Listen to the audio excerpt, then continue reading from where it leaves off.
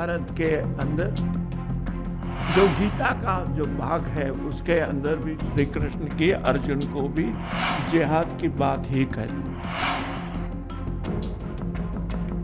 कोई पहली बार उन्होंने ऐसा बयान नहीं दिया है, ये कोई संयोग नहीं है, ये वोट बैंक का प्रयोग और वोट बैंक का सबसे घिनौना उद्योग है कांग्रेस पार्टी के द्वारा।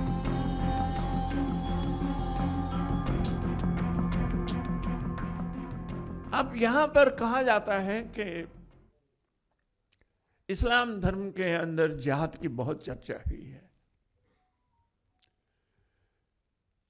अब ये जो सब कुछ पार्लियामेंट में हम काम कर रहे हैं वो जिहाद को लेकर काम नहीं कर रहे हैं, हम विचार को लेकर काम कर रहे हैं। और जिहाद की बात भी कब आ जाती है, जिहाद की बात तब आ जाती है जबकि सारे मन के अंदर स्वच्छ विचार होने के बाद भी अगर उस प्रकार से काम करने की कोशिश करने के बाद भी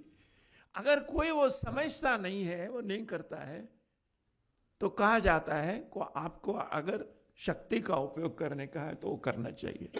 और वो सिर्फ कुरान शरीफ के अंदर नहीं है, वो महाभारत के अंदर जो गीता का जो भाग है उसके अंदर भी श्री कृष्ण की अर्जुन को भी जिहाद की बात ही कहते हैं। और ये सिर्फ ये जो बात है वो सिर्फ ये कुरान शरीफ में और गीता के अंदर है ऐसा नहीं है, मगर जो क्रिश्चियन लोगों ने लिखा है, जैसे कृष्ण ने भी लिखा है, और उन्होंने लिखा है कि I have come here not to establish peace but I have come here with sword also. उन्होंने लिखा है, यानी सब कुछ समझाने की कोशिश करने के बाद अगर समझ नहीं रहे हैं और वो हथियार लेके आ रहा है तो आप भाग के नहीं जा सकते हैं, उसको आप जिहाद भी नहीं कर सकते हैं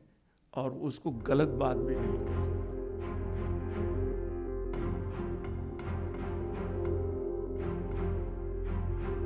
इस प्रकार का बयान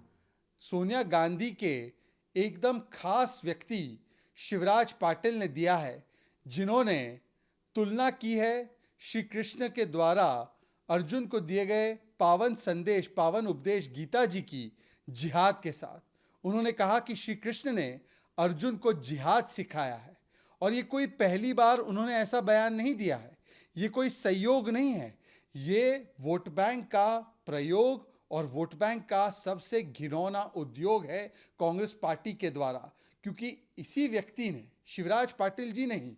पहले हिंदू टेरर और सैफरन टेरर के शब्द को गढ़ा था। ये वही पार्टी है जिसने राम जी के अस्तित्व को हलफनामे में नकारा था, जिन्होंने राम मंदिर का विरोध किया था, जिन्होंने 26/11 का दोष पाकिस्तान से हटाकर हिंदुओं पर डालने का काम किया था, हिंदुत्व की तुलना आईसिस और बोको हराम से की थी, और राहुल गांधी ने तो एलईटी को कम खतरनाक बताया था और हिंदू ग्रुप्स को ज्यादा खतरनाक बताया था। आज क्योंकि गुजरात में चुनाव हो रहे हैं और गुजरात के चुनाव में हार नजर आ रही है, तो आम आदमी पार्टी के जिस प्रकार के बयान गोपाल इटालिया के आए हैं मंदिर और कथा को लेकर, जिस प्रकार के बयान राजेंद्र पाल की तरफ से आए हैं श्री राम, श्री कृष्ण, विष्णु, ब्रह्मा, महेश को लेकर, तो ऐसे बयानों के चलते वोट बैंक की राजनीति में, तुष्टीकरण की राजनीति में, तुष्टीकरण के कंपटीशन में हम कहीं पीछे ना हो जाए, इसलिए ये बयान दिलवाए गए हैं।